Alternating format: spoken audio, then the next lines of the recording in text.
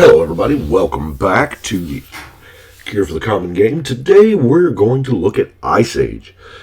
Ice Age was the first time we got a standalone, intentionally standalone set, and it had quite a few cards in it. Gatherer says there are 373, but I don't seem to remember that many. But anyway, let's get to it. I do apologize, there's a lot of cards here, and I know this is probably going to be long. I've had my water, but I may have to. First, we got Arctic Waste. Now, this is, anytime there's a cycle, I'm just grabbing the first one.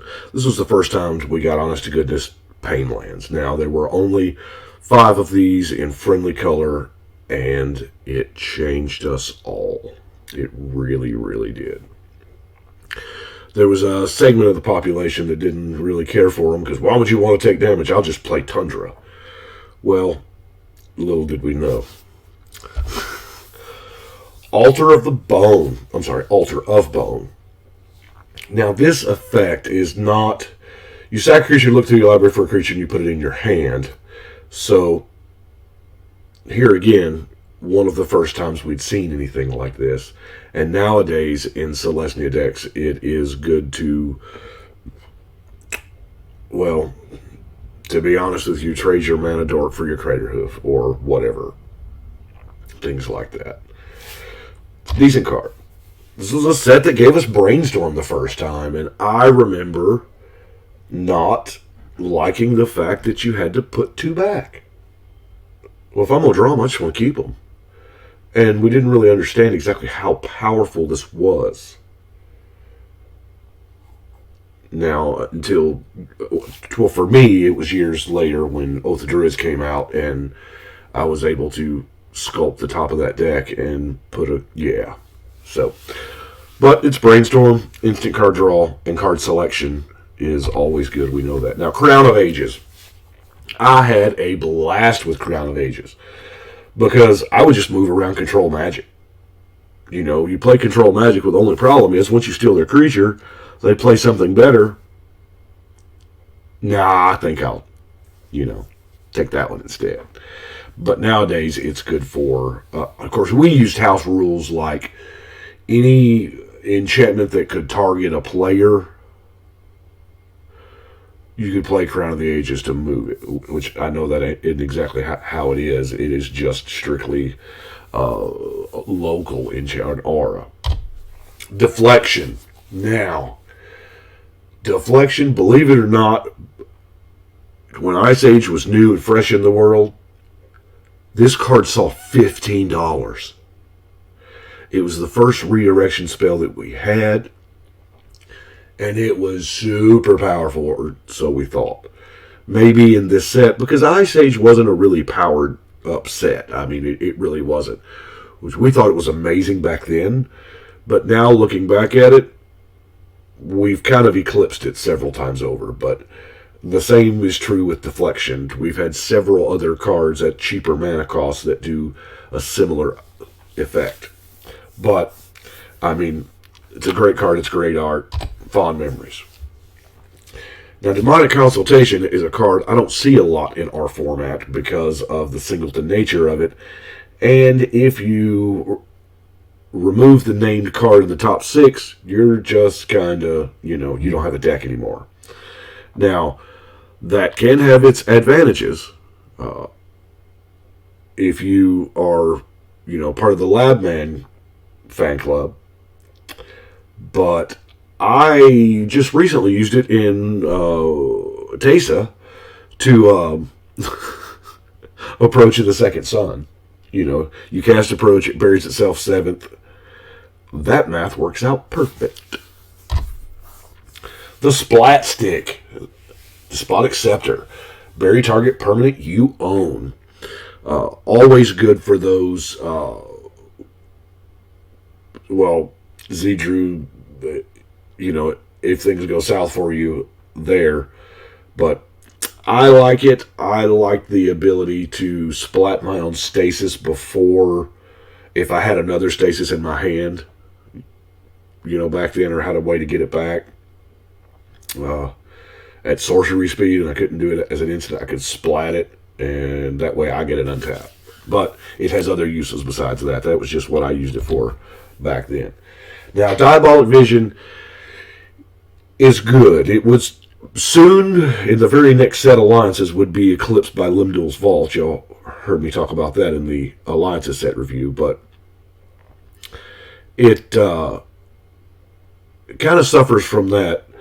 You are like Brainstorm, you can lock yourself out.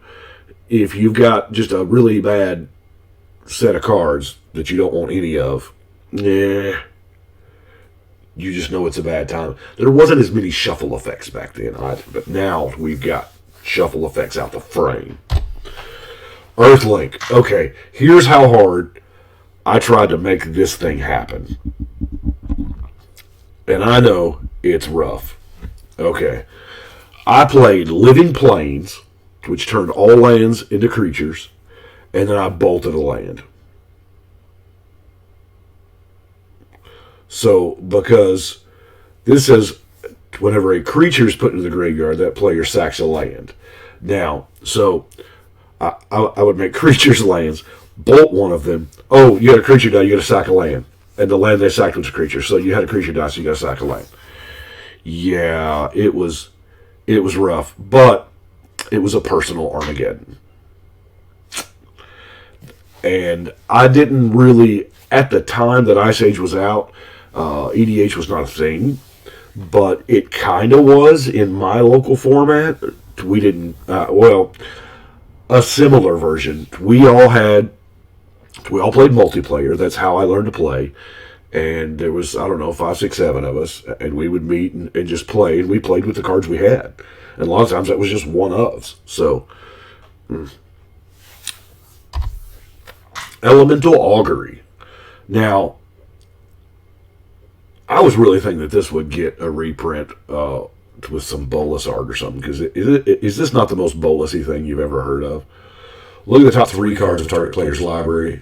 Put them back in any order. Whoa. The ability to control your opponent's draw and control your draw, yeah, a little pricey at 3 mana, but it's reusable, and we can keep doing this. And with enough mana, of course, with enough mana you can do anything, but still, I like the art. Oh my gosh, at the combo engine. To my memory, this was the first time that we got just an absolute busted engine. Because the very first thing you do when you read this card, you play with your hand face up.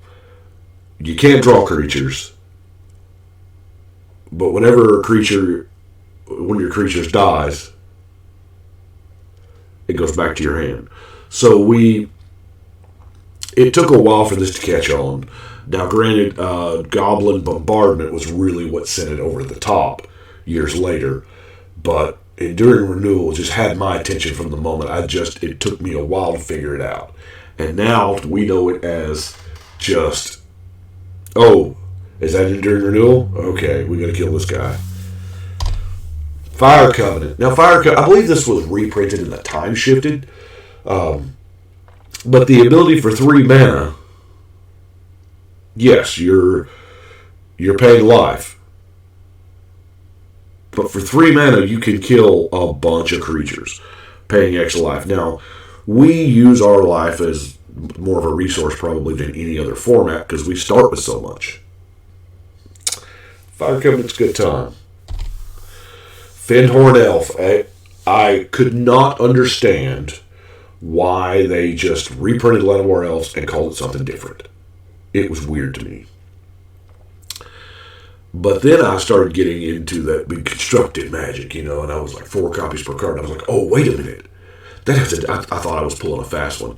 I can get 8 copies of pretty much the same card. Oh, man. But nowadays, we've got Elvish Mystic and even the ones that are close, like the Boreal Druid and things like that. But this is the one that hasn't been reprinted as much. So, consequently, it's worth the most money because they have printed the Mystic and the Llanowar a bunch. General Jarkeld. Now, I have not built General Jarkeld yet. He's chilling over in the binder. But switch 2 blocking creatures. That's it. They made this legendary so that you wouldn't be able, because a board state having multiple generals, General Jarkeld, is not a really, thing they wanted to see. Now, what I am probably going to do with him is ignore his text box altogether and probably do a military-themed deck, because he's the general. I mean, how much more perfect can you get? Your general is a general. See? Ghostly Flame. I can just hear the ad for this, the late-night infomercial ad. Do your friends play A Crumb's Memorial? Do you get sick and tired of not being able to do anything? Buy now. Ghostly Flame is here for you. I'm telling you. Black and red permanents are colorless. Done. Chroma's Memorial. I say A Chroma's Memorial. All the protection from red, protection from black. That's the most common thing that we see is the Memorial. And just random protection. I use Brave the Elements quite a bit and other things, but Ghostly Flame is a good way to fight against that. Glacial Chasm. Now, Glacial Chasm, I did play it back then because I couldn't keep up with the amount of, I was the new kid at the table with the old players, They've been playing like 6-7 months. So, not being able to attack is not a big thing if you don't have creatures or playing combo or whatever, but you can't take damage. Yeah, you gotta sacrifice a land, the upkeep's a couple of life. Nowadays we have things like Crucible of the World, so it's not that bad. We can get our sack land back, and then we can let this land die and get it back and just kind of loop it that way. Hymn of Rebirth. Now, I remember being introduced to this card. I played the guy that taught me how to play Don Schneep. We were playing, and I played Resurrection. I was actually playing in a 2-color deck, green-white deck, and I played Resurrection. And he looked at me and he said, "Would you pay 1 more green if you could choose anybody's graveyard?" I was like, "Heck yeah, I would." And he showed me Hymn of Rebirth. So, I don't know why this card does not strike me as white-green.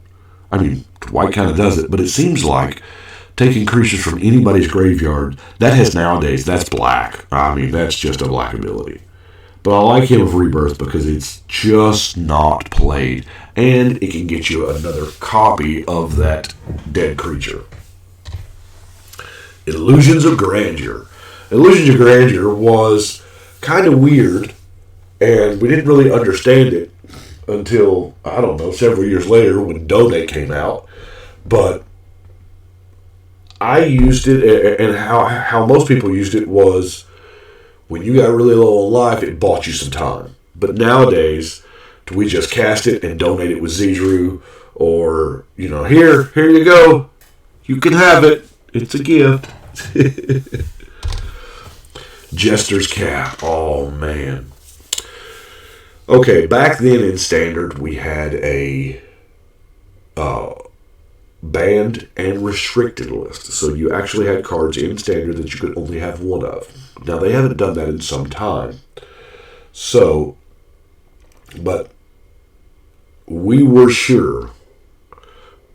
I was sure. Everybody I talked to, because I had a little part-time job, I had a little game shop eventually, and we were sure that Jester's Cap was too powerful, that it was going to get restricted. I remember trading a guy for my second copy, and he said, "Why? Why, Brian? It's just going to get restricted." This was a $25 card, and that just did not happen. Little did we know. Jester's Mask. Now, my interaction with Jester's Mask was somewhat different. I have a story about it, too. It's me. I've got a story about everything. You know that. We were in a game. I was playing mono green. Don cast it. He gave me a new hand of a Stream of Life and 4 Forest and said, don't mess with me. And I looked at that hand and I went, what is he doing? And I played my Forest and I tapped out and I cast Stream of Life and he deflected it to him and I went, oh, that's good. But nowadays, you can give a player a new hand. Imagine the friends or enemies you can make in EDH you could give somebody, if you're positive that player has the combo win in their hand and they're just waiting on the right situation to do it, or if you see that person who is way behind and you need to make a political friend, I mean, this is the card to give somebody else a new hand. Jokelhops. I've heard it pronounced a million ways. And no way do you pronounce it, do I like to hear it. Artifacts, creatures, and lands. Now, this kind of goes in the face of, this is a super Geddon. It takes out the mana rocks as well. But, you know, if you're running the indestructible route, it didn't really hurt you that much. Lurgoyf was the first of his kind. He has gone on to inspire a whole race of creatures. But this was the one, it was heavily played. It's a great late game card. Marty Stromgald.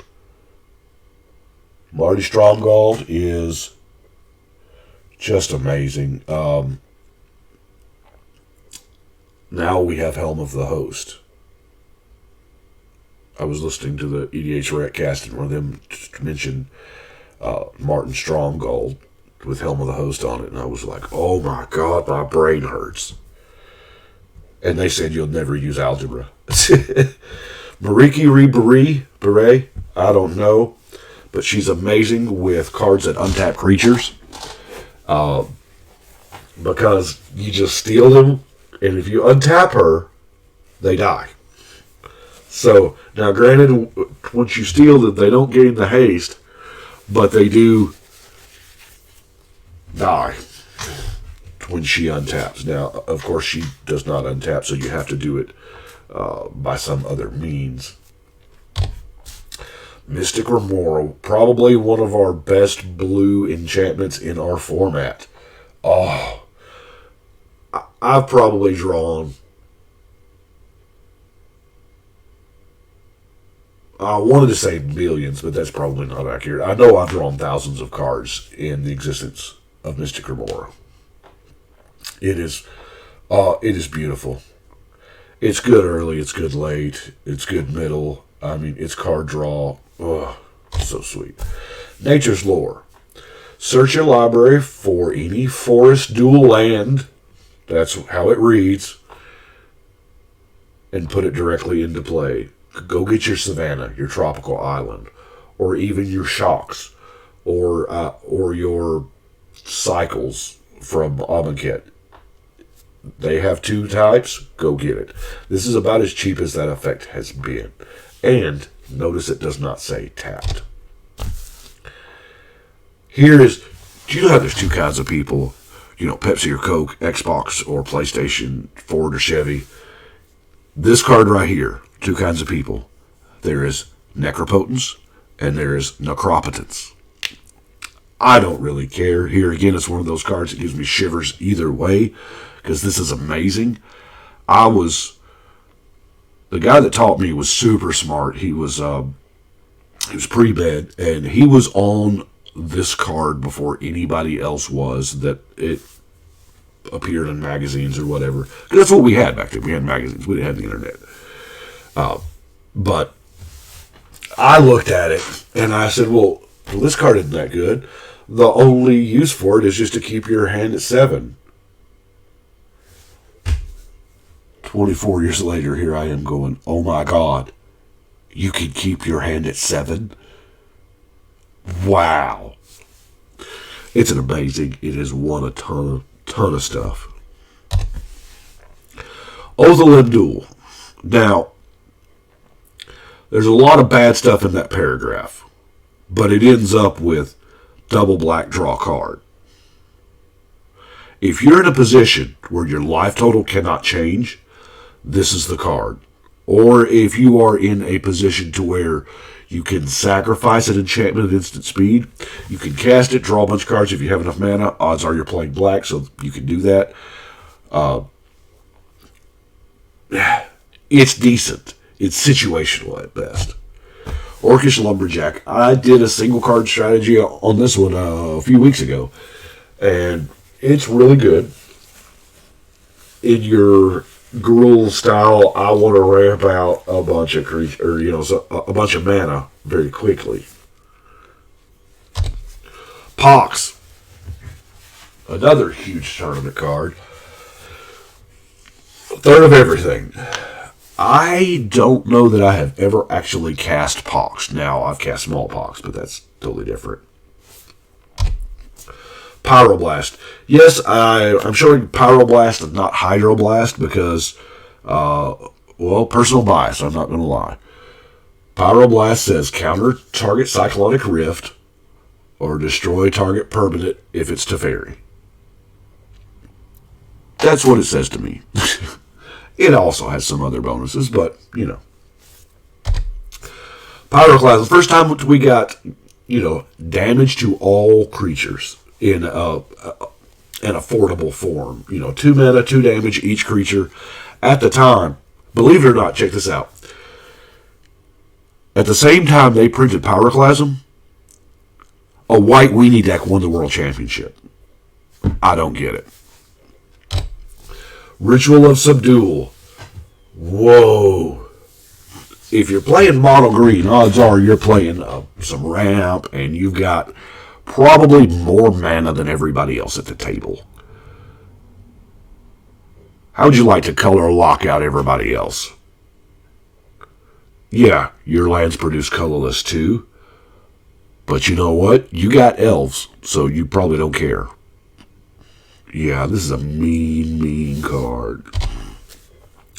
Shield of the Ages. I used to use this with Force Field to prevent that 1 damage that the creature did to you through the Force Field, but it's really good with mana, just mana generation, especially in a format to where some damage matters more than others. Commander damage. So nowadays I use the shield to prevent that, as much of that the commander damage as possible. Skeleton Ship. I did Skeleton Ship. I did that deck a while back. By the way, this is a skeleton, obviously. You got to have islands, which makes sense because it is a ship, and you tap to put a counter on something, a minus counter. I don't honestly remember how I built the deck, but if y'all want to go back and watch it, it's here on the tube. Snow-covered forest. Now this is, we got all 5, of course, snow covers, but this is just the first one that came up alphabetically. I love the snow-covered mechanic. I do. I think it is outstanding. I also think they've never done it justice. If they had... Okay, do y'all know the difference in unglued and unstable? That's what I'm talking about here. Unstable was done with a modern design treatment. If we had snow-covered to where it's like most of the snow-covered cards back then just penalized you for having snow-covered. There was hardly any real benefit. And then Cold Snap, Eliza's just damn near ignored it altogether. And Cold Snap, the whole shtick of it was an Ice Age expansion, so they did it exactly like Ice Age, even though it was years later. And it's just, I don't think it's ever been given a fair shake. This could be an amazing mechanic. Now, Morrow has said that it's probably not an if, it's a when, but it has to fit the flavor. They need to go to a snow-covered plane. Here's hoping that we get snow-covered shocks. Or even snow-covered pain lands. The snow-covered dual lands that come into play untapped, at some cost. But Songs of the Damned. Oh my gosh, why is everybody not putting this in black decks? This is amazing. Now, granted, it ain't going to power you out early, but we're in a format where early game is not really where we want to be anyway. A black mana for each creature in your yard. Somebody board wipes. Heck, you board wipe. And this is a 1 for... Okay, if you get a 1 for 3, you're already at Dark Ritual stats, which is not bad. Ah, so good. Stunted growth. You know what's worse than making somebody discard 3 cards? Put them back on top of their library, because now they don't have the cards in their hand, and they have to use up 3 card draws to draw the same cards they already had. So they are behind on 2 fronts. Yeah. But yet, it doesn't see a lot of play. And there's a lot of cards like this that used to exist that were ribboned out through other sets that I actually made a deck to where it was possible to keep your opponent on their opening hand the entire game. Now, I know when I started this series, I said I wasn't going to do reprints, but Sword to Plowshare is just such a great card. And at the time, unless you were lucky enough to have alphas and betas, this was the only way you could get a black border sword. Because it was all white border reprints. It's a good card. We all know that, though. Tinderwall. Okay, so you turn 1, cast Tinderwall. Turn 2, Ball Lightning. This is how we did it. Zirin Orb. Now, Zirin Orb is... it needs a reprint in a bad way. It's uncommon, so it's totally not on that list. But I remember my daughter, when she was tiny, she was like, "It's a tree growing out of a birthday cake." And I looked at her and went, you know, she's not wrong. But Zirin Orb Balance was a thing that we did. I'm going to cast Balance in response. Sack all my land to Zirin Orb. Now you can have no lands. You run Zirin Orb with your Geddon. You run Zirin Orb if you just wanted to drag out the game, maybe draw a few more cards, get a few more turns. Zirin Orb was, some people called it the Lich Orb because it just made the game go on forever. It's a great card. I don't know that this would be... If they created Zirin Orb today, I don't think it would cost 0, and I don't think it would cost 0 to activate, because this is amazing. And nowadays, like I said, Crucible, whew, nasty. And I believe Zur's Weirding is our last card. Now, I have seen Zur's Weirding and EDH go both ways, and I love it. I love to play this card because people will spend their life like it ain't nothing. And if you think about it, just about every card that somebody draws is going to be detrimental to somebody at the table. I love to be the one playing Zur's Weirding. Odds are, if I have some kind of life gain engine already on the board. So, and I'm only going to pay the 2 life on things that matter to me. But people get caught up in it. Oh, no, you ain't getting that. Or if somebody attacked somebody else, and it becomes their personal mission where you're just not going to draw any cards anymore. I'm going to pay 2 life for every card you draw. And you're over here going, sweet. Because they're just spending their life down. If in a table with other players, if somebody else is paying their life to keep somebody else from drawing a card, you win on 2 fronts here. It's amazing. Yeah. Now, I run it in cards that are indexed where you don't draw. Tomorrow, a zombie's familiar, it's a replacement effect. It replaces the draw, so you're not affected. If you've got the Necropotence out, you're not affected because you don't draw. Right? So it's just for everybody else at the table, which is really, really good. Now, but it is kind of risky if you in a normal environment, but still, I'm that crazy guy that just likes to see what happens. I'll run out of Zur's Weirding every time I draw it. Well, I'll probably strategically run it out, but love the card. It's amazing. And, you know, it's Zur. Who doesn't love Zur?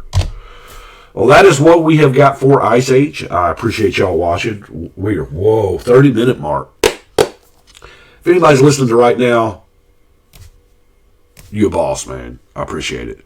Thank y'all so much, and we will see you tomorrow.